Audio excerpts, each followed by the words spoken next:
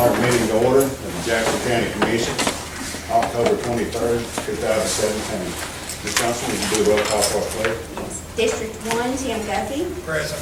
District 2, Jason Venable. He's not here. District 3, Melinda Gilbert. Present. And District 4, Mike Sis. Present. Chairman is present. Thank you, Ms. Johnson. If you would, let us stand for the invocation. We can report.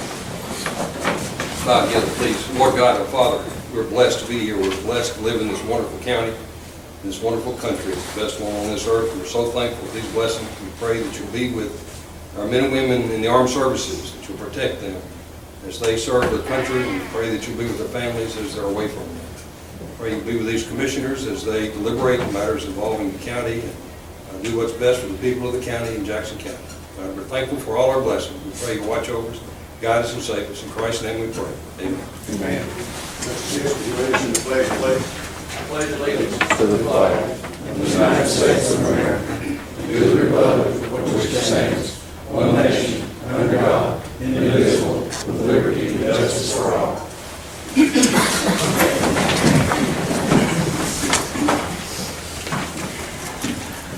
First item we have is approval for the agenda.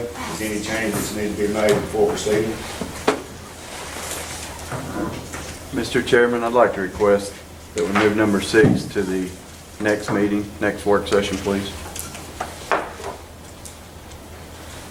Okay, we've got a motion.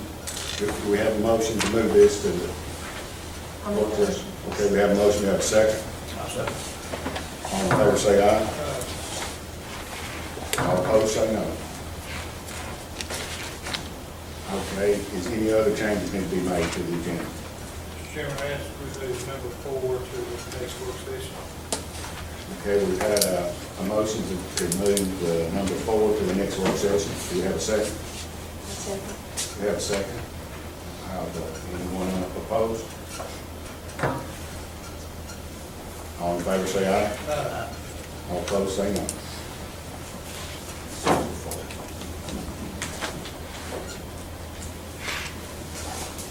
Okay, the next thing on the agenda is awards and presentations. There is none. Then we have public comment from citizens. Mr. Larry Becker from the UFW concerning shooting range.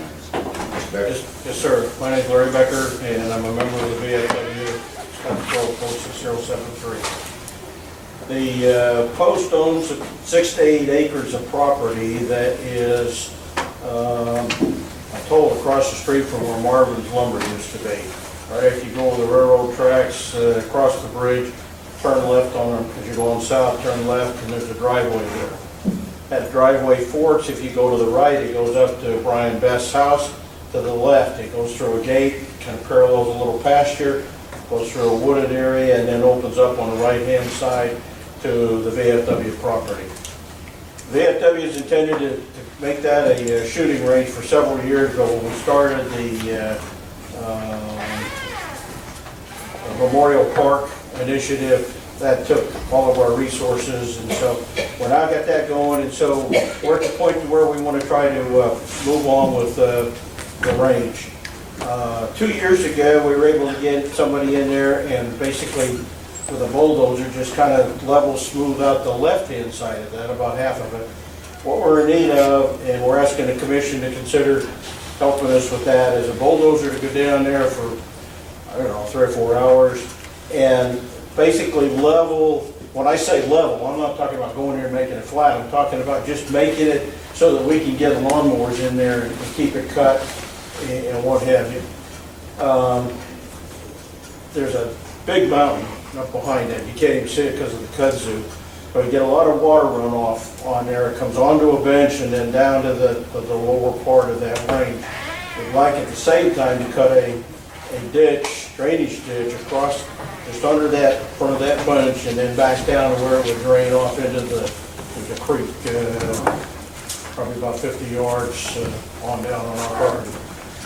So it would be straighten out, smooth out the right-hand side, cut that bench or cut that drainage ditch, and then if time permits, go in and scrape the top of that bench area. So that's basically it. My package includes you know, what we're really trying to do ultimately with the range and some diagrams and what have you. So that's our request. Thank you, sir. Any And questions? the range will do for who, sir? I'm sorry? Public, for all the public? Well, as I pointed out, I was on the phone today with the insurance company trying to work through that. Right now, it had to be restricted to VFW members, but anybody that wants to use the range for $40 can join the VFW or the auxiliary and then have access to it. We can work with the insurance from a liability point of view to open it up. We try to do that, but it doesn't look like that's going to be cost effective today. Thank you, sir. Mr. Campbell, would you like to add anything to this? Maybe give just a rough estimate of how much bull overtime we're talking about? Yeah, we were out at the site, we visited the site, and there are a couple of pictures from that there on the table. You can kind of visualize, and the way I understand it is to the right of the large boulder, the area of interest.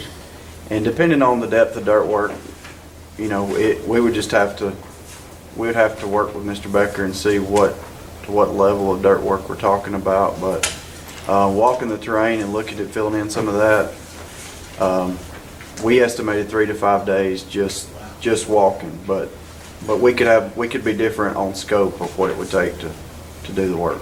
Does this fall under something we can pretty much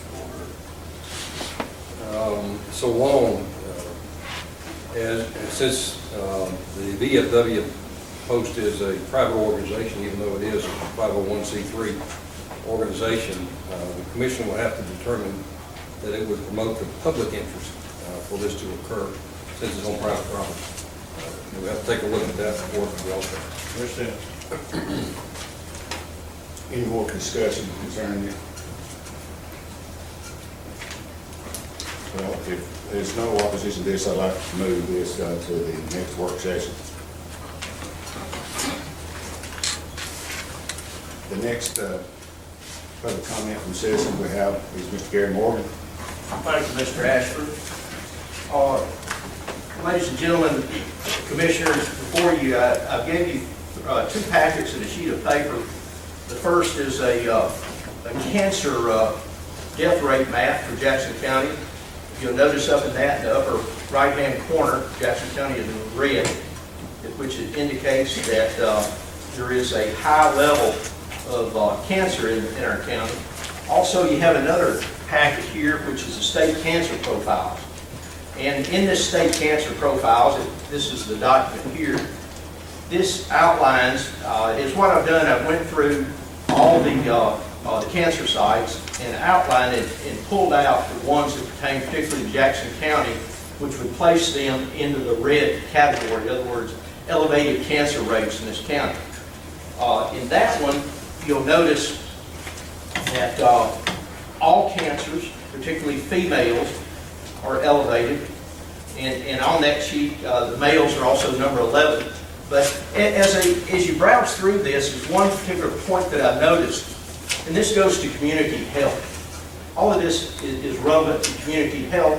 And then, what's going on in our community? What's going on in our county is the question which I ask. And so, here in the cancer profiles, in all the cancer sites, it's elevated for males and females, but females are a particular risk. The next item is thyroid cancer. For those folks under 50 years of age, thyroid cancer is number 1 in the state. There's a high cancer rate of thyroid cancer. Now, there's a lot of different thoughts and professional opinions of, well, how do people get thyroid cancer? One of those areas and concerns is from radiation. Another one is also from heavy metals. The next sheet there indicates pancreatic cancer, and this is in males. Jackson County is number 2. It's rated number 2 in the whole state of Alabama for male pancreatic cancer. The next sheet indicates ovarian cancer, another cancer for women. Jackson County is number 2 in the death rate for ovarian cancer, and number 5 in the incident rate. Then we go down to some of the rarer cancers, non-Hodgkin's lymphoma. Jackson County is number, 1, 2, 3, 4, 5, 6, 7 in the in the red in the state of Alabama. In other words, that's what, 56 other counties are lower than Jackson County. And this is for non-Hodgkin's lymphoma. This is for females. Males, it's not such a problem. For liver and bile duct cancers, male, number 2. Females, not such a problem, but for male folks, it's number 2 in the state of Alabama. Leukemia, for males, it's number 4 in the state of Alabama. Females, it's much lower. Kidney and renal pelvis cancers, Jackson County is number 2 for females.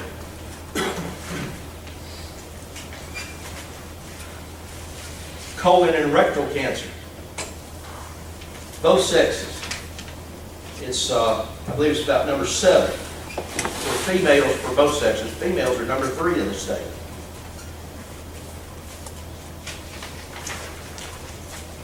Brain cancer. Now this is an area where males, there's been some improvement here. So instead of number 1, which was last year, it's number 2 this year. Excuse me. It was number 1 for both sexes last year. Still, for males, it is number 1. Brain cancer. Bladder cancer. Both sexes, all ages. Number 4 in the state of Alabama. Now, at the bottom, at the end of that pack, you'll have a news article there. Hopefully, there's a news article there, and I believe I went through it, and I did see it. This news article from 2008, it talks about the mining area in Fabius. And as you read through this article, you'll notice that this problem has been going on for quite a while. Also, not only was there E. coli found in that mine at a high rate, but also mercury was a problem in that mine. In which, by the way, I made a note down here, and I did not include it because it's several pages long. Out of several hundred wells that was surveyed in 1995, over 50% in that area, Flat Rock, Fabius, tested positive for E. coli. In other words, what is going on within the water supply in that area is contaminating people's lives. It's contaminating their water. Our water is the essence of our life. We've got to have water to live. Now, some of these areas, county water has been brought in. That's great, but not everybody could afford to hook up, so a lot of folks are still having wells. So, the last group of documents is from ADM. Now, I talked to the folks down at ADM about these documents. Some of the things I thought was reasonable. Some of the things I didn't think was reasonable. And I indicated on these documents as you go through the pages, you got pictures of the outfall where we're talking about. This is some mining areas. This is the first group of testing. It turns out it's got a high turbidity level. In other words, the water's real cloudy. The oxygen levels were real low in this body of water. And coming out in an outfall, in other words, where the water is actually being oxygenated and there's no oxygen in the water, that would seem to be a problem. So when I look at problems like this, and by the way, I've conducted biological testing and water testing up and down the Tennessee River Valley, predominantly looking for radiation, but also other hazards, as I belong to several environmental groups, and we test for radiation and water hazards in the Tennessee River Valley. And we have written reports on health of communities. Our last report was concerning the area surrounding Browns Ferry and the counties downwind, which also includes us. We're working currently on a report in East Tennessee. This is Blue Ridge Environmental Defense League report. In this, I indicated in this packet here in the analysis report, if you notice E by the different items that were tested, that means elevated. The chemical oxygen demand was high, which indicates there's probably organic chemicals in the water, such as pesticides, petroleum products, solvents, cleaning agents. It's hard to say what is actually in there because they didn't test specifically for that. But the fact is, when when you have the chemical oxygen demand high like this, that's an indication that the water's polluted and that you have pollutants within that water. How it's getting there, I don't know. In the biological oxygen demand, which was in the previous page there, it tested 18. That's bad. That's really bad because 5 is indicating it's polluted, and somebody needs to be discovering the source of that pollution. Again, I don't know what's causing this pollution, but it's not up to me to find out. There's a reason I'm pointing this out to y'all, and I want y'all to take a closer look at it. Y'all are not powerless. You know, I heard some comments last week, oh, we ain't got the power to do anything. That's not true. You're a commission representing the people of Jackson County. You have the power to pass a resolution. You have the power to get up and go over there at the legislative delegation and talk to those folks over there. Because really, the power that we're speaking of does lie in the legislation. There's some problems. And we've got legal advice about the situation with the, what exactly can y'all do? Well, you're limited in your powers. Folks recognize that, and hopefully the people that's in here from the community that are concerned, hopefully they'll recognize that. This county commission is limited by law for what you can do. In other words, if it's an ADM regulated, if it's regulated by the Mining Commission, if it's regulated by the Federal Highway Transportation Authority, you can't pass a public nuisance law because it's already regulated, governing this specific act. Because ADM, in this case, covers everything they're supposed to cover. Everything related to pollution within the community. But that doesn't mean they're doing their job. And if I saw something like this, if it was on me to be testing this water, when I see E. coli at a high rate, when I see mercury, when I hear reports of mercury going back 9 years, 20 years, 22 years, I would want to be out there to find out what's going on. Because obviously something is going on. People reporting to y'all sickness in the community. I'm reporting, these aren't Gary's figures, these are from the National Cancer Institute figures. There's something going on in Jackson County. Now, it could be related to health, bad diet, but it also could be related to pollution. In some of these areas, such as thyroid cancer, a high rate of ovarian cancer, breast cancer in situ, some of these cancers are related to chemical input into the environment. Not just bad health, not just eating too much fried chicken. There's something going on within the environment, and it's what I want to encourage y'all to do is find out. Go over there and present these documents. Ask the folks across the street. Call ADM up. Hey, look, man, we've got this problem. Look at all this cancer we've got in this county.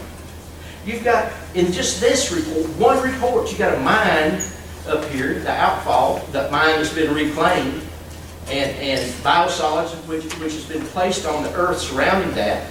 But I don't know, in another testing here, which is in this packet, there was biosolids on other properties, and the testing of E.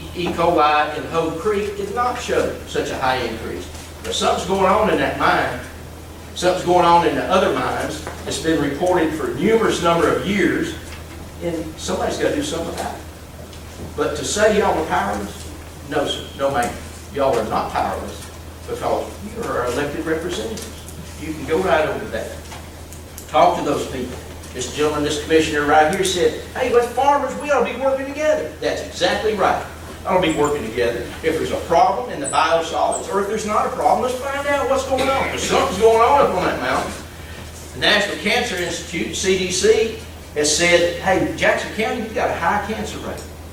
So the health of the people, these folks in the room, there was more folks here last week, they're telling you there's a problem.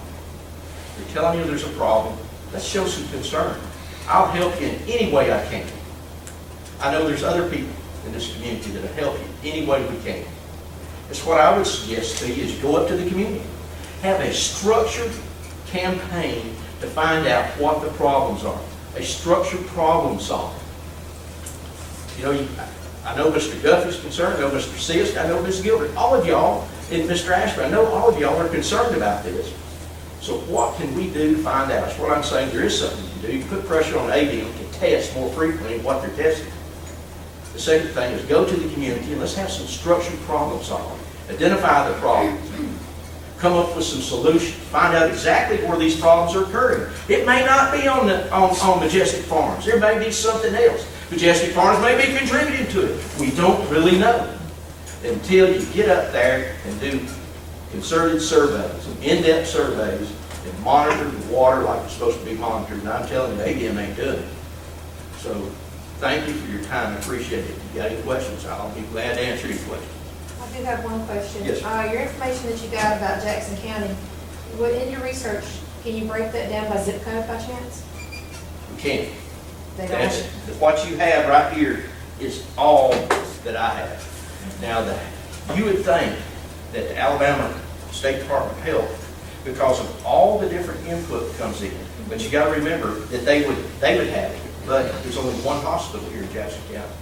If you went to Hamilton County and Chattanooga, you got several different clinics that may input. But all this input comes from local health departments, local hospitals. Doctors are also supposed to input this, but not all the time they do. And then that goes into the national database. And if you notice, there's a time frame, your difference. You know, that this up-to-date report is dated 2014. They're 3 years behind, because that's how long it takes to gather up all the statistical data and then publish it in a report. You would just think with the modern technology that it would just be, and that we could communicate with the tri-state area and bring that information in. Because I've always been curious as to other health issues that are related to high numbers in certain zip codes. That's right. And if you look and go online, and down at the bottom of the paper, you have there's, you can just go to state cancer profiles down here, HTTP, state cancer profiles, and you'll get the page. And if you'll notice, and it'll show you the information for the maps, it'll show you the data available for each of the counties, and it's extensive. It's a lot of hard work went into compiling these statistics, and there's different metrics and different types of gathering up the information for these statistics. It's all listed on there. But go there and you'll see, and you'll notice in some cancers, particularly the death rate, there's a problem in the northeast corner of the state. Other cancers such as the ovarian cancer, you'll notice not only we are in the red, so is DeKalb County, so is Marshall County, and some of these other counties are high. They're not red, but they're still high. So in the northeast corner of the state, there's something going on. Why is that? That's the question folks need to be answering, because it's literally killing the citizens here. Literally. I'm not exaggerating, it is. We've got a high cancer rate. So it's what I'm trying to do is spur you on. Let's find out. Let's say, hey, is it the problem with the biosolids dumping? Is it another problem? Is there multiple problems? Let's find out. And that's why I'm here to say, here's the data. Here's the figures. It's not Gary's data. It's not Gary's figures. This is from the Centers for Disease Control, the National Cancer Institute. And of course, I have went up to Mr. Curtin's property and videoed it. There's no problem. I mean, there is no doubt. Bryant Creek is dead. There is no life in Bryant Creek. And when there is, or it was life, notice it's in very small areas. That whole creek ought to be teeming with mosquito fish, teeming with dragonfly larvae, teeming with snails. Not there. Not there. What is teeming there, solid waste, in other words, boil ups. You're getting a lot of foam in that creek, and this is happening in other creeks too in this county.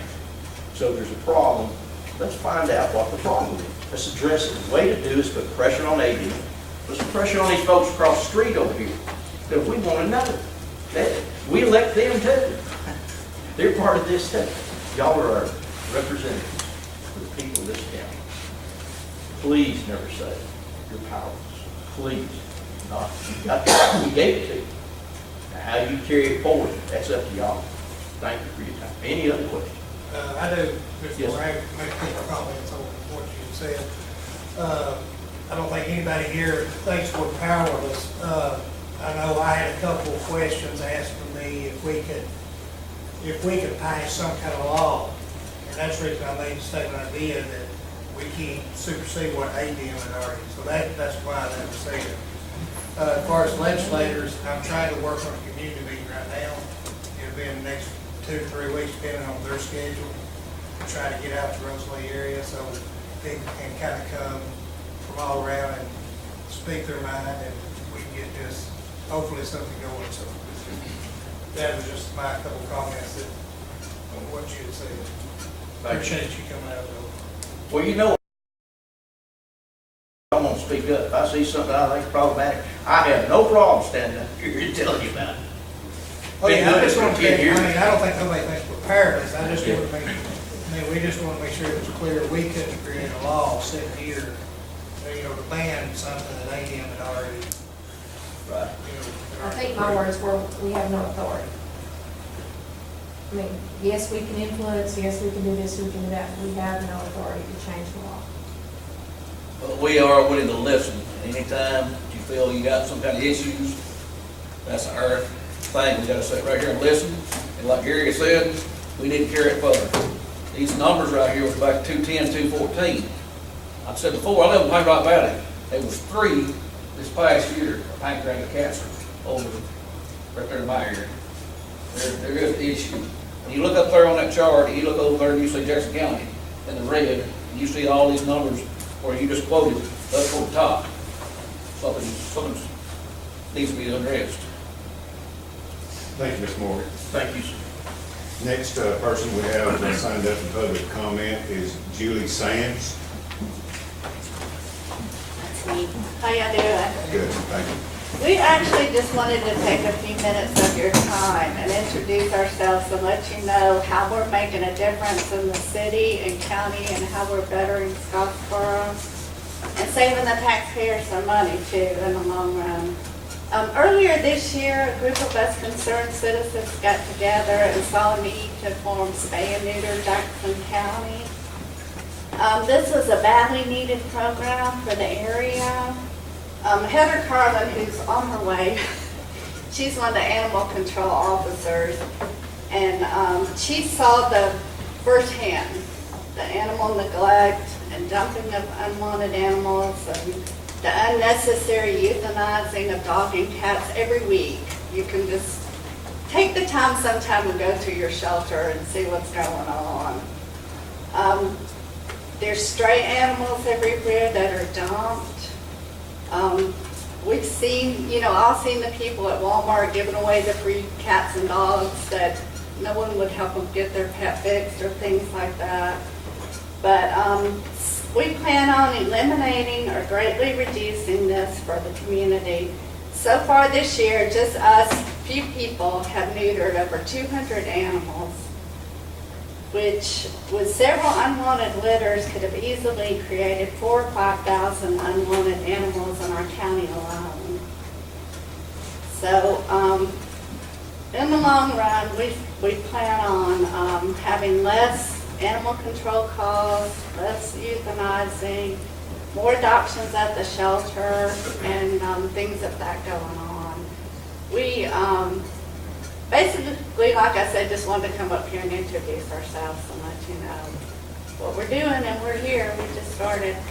What's the name of the group? Spay Neuter Jackson County, Alabama. Yeah, and it's basically a low-income program, but we bought a van and we're transporting animals to the spay and neuter clinic too. So, and also another thing I wanted to add is hiring Heather Carlin at the shelter, whoever did that. It's one of the best things that ever happened to the city. She has gotten so many homes and rescues at the shelter and things like that. And Candy works hard over there too, and we foster and donate, things for the shelter and things like that. So we plan on it getting a lot better here. Well, thank you. Thank you. Thank you for Thank that. you very much. Okay, the next person we have on the list for our public comment is Denise White. I'm her. Okay, thank you for coming. The next person on the list for public comment is Sharon Thomas. Oh, I'm back. No, Gary Morgan pretty well said everything that I needed to say, and I'm glad he did. He came along with a lot of comments that I had noted, but y'all guys represent us, and not in the city, but in the county. And I want y'all to realize what he was telling you, that we need something done. And to me, as long as I lived out where I have in Vegas, a lot of our problems started when they did the coal mining, and then everybody from Chattanooga, Georgia, Alabama used it as a dumping site for chemicals, for sewage, for sludge, and like he said, we are still dealing with a problem that happened to us in '95, and I keep putting that out there because that stuff is still in the ground. And you don't think about it, but everything that's on top, it goes down to the river, the Tennessee River. And I worked diligently within the last 2 years to try to help to get Lake Gunnersville restocked for this city. The county doesn't get anything from it, but I got it done, basically to restock. And, you know, that to me is detrimental to the fish when you have mercury, E. coli, heavy metals and everything draining into that river. It's just like, well, fish are loaded with mercury now. I get many reports to that fact, that a lot of the fish that you catch, they test, and it has mercury. And this is something that you guys have got to realize that we need help. And not just in Scottsboro, but in Jackson County. We need help to get rid of this stuff. Biosolids, sewage, sludge, whatever it may be, we need help. And it starts with you guys.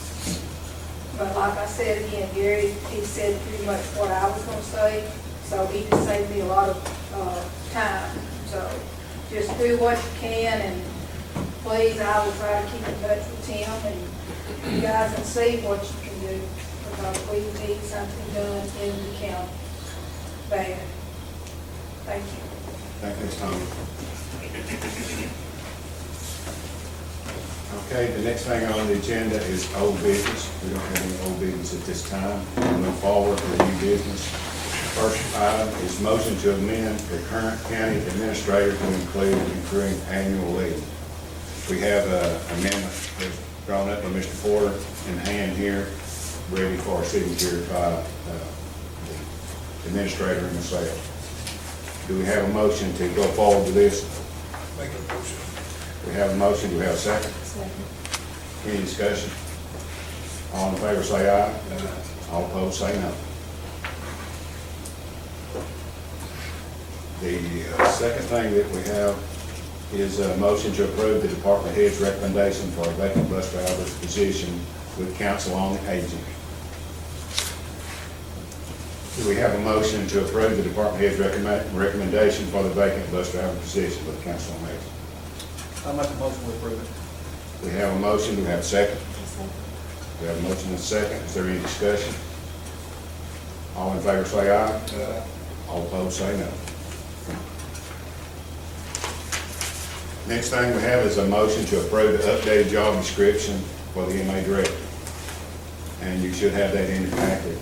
And I looked over this and added the other items that was not on the existing one that we had. So you did contribute to it? I'm You sorry. contributed to the development of this because you're aware? I did. This basically adds items that is not on the other. The certifications. Right. Do we have a motion to approve the job description for the MA director?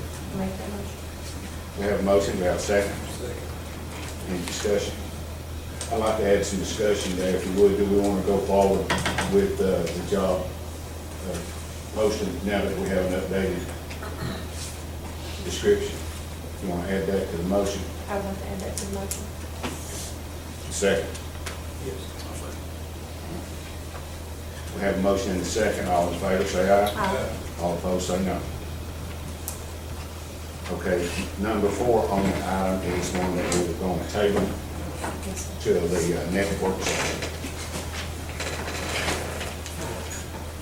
Next thing is a motion to approve the county attorney to draw up a contract changing the human resource clerk from temporary employee to contract employee. We have a motion to approve the county attorney to draw the contract, changing HR clerk from temporary to a contract. We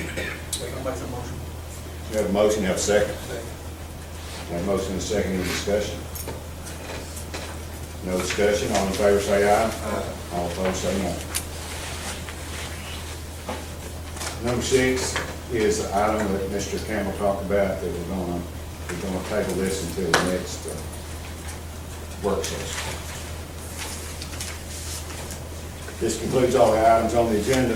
We have comments from the department heads. Sheriff? Ms. Harn? Ms. Johnson, you have anything? Okay, see if we have anything from the commission. Mr. Sears? Nothing. Ms. Gilbert? Mr. Guthrie? Mr. Porter, you have anything? I don't have a thing, thank you. Okay, that concludes everything with today's meeting, so with that, I'll entertain a motion to adjourn. We have a motion, we have a second. Have a motion and a second. All in favor say aye. All opposed say no. Meeting adjourned.